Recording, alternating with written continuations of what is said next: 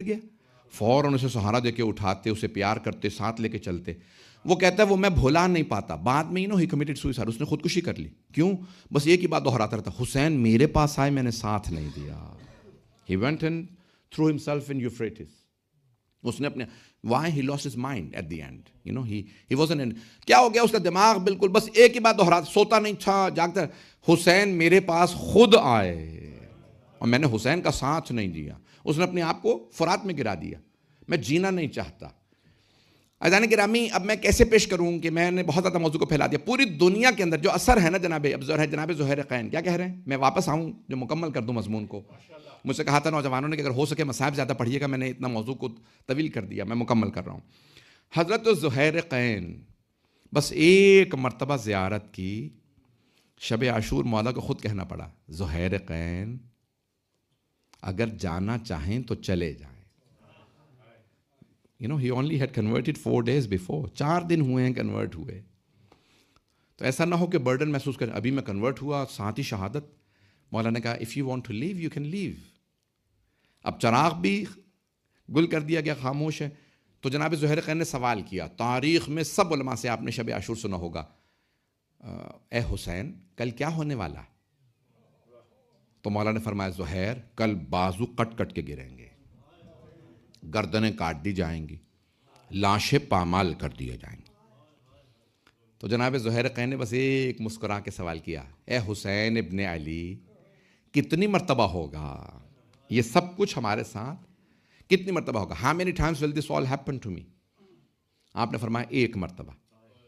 تو حضرت زہیر قین نے کہا اگر اے حسین 70 مرتبہ, اور بعض علماء کہتے ہیں 70,000 مرتبہ مجھے کاٹ کے پھینک دیا جائے, قبر نصیب نہ ہو اور مجھے دفنایا نہ جائے, تب بھی میں آپ کو چھوڑ کے نہیں جاؤں گا, ہر دفعہ میں آپ ہی کا ساتھ دوں گا.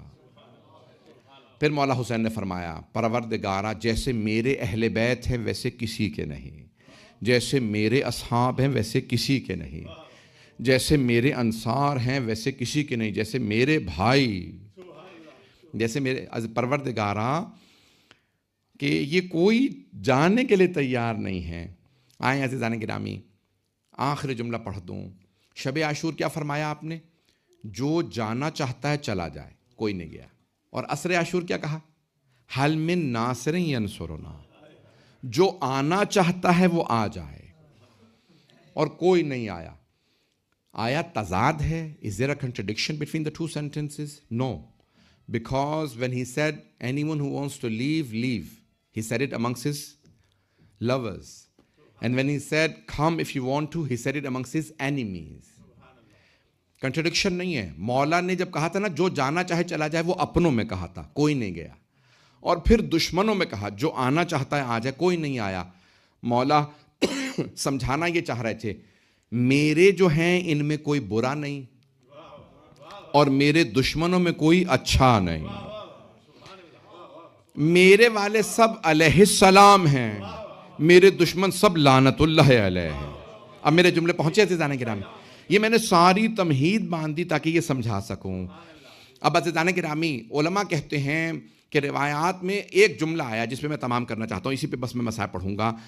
آخری زمانے میں صرف 2 خیمے ہوں گے جو میں نے باہر کہا, حسینی اور یزیدی.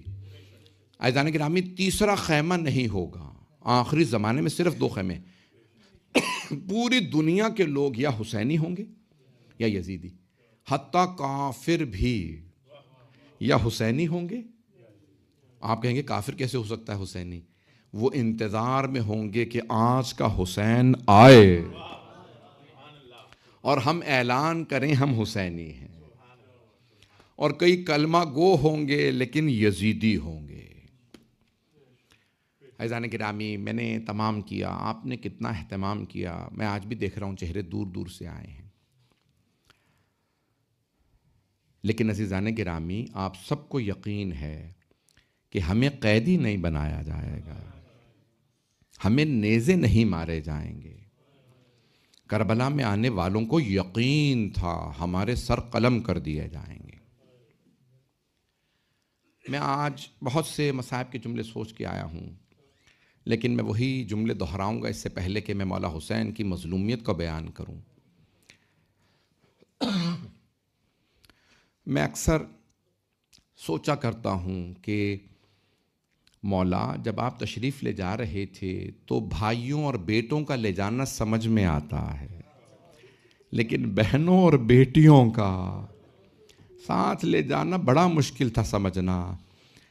تو مولا حسین علیہ السلام خود فرماتے ہیں، میرے نانا نے مجھ سے فرمایا ان اللہ شاء ان یراک قتیلا، اے میرے حسین مشیت تو یہی ہے کہ آپ قربانیاں دیں، شہادت دیں۔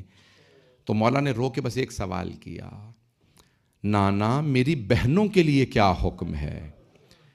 تو مولا خود فرماتے ہیں الوقائع والحوادث میں مرحوم محمد تقی ملبوبی نے جملہ لکھا ہے کہ سرور کائنات نے ایک مرتبہ رو کے فرمایا ان اللہ شاء ان یراہن سبایا، مشیت پروردگار تو یہ ہے کہ آپ کی بہنیں قیدی بنائی جائیں گی۔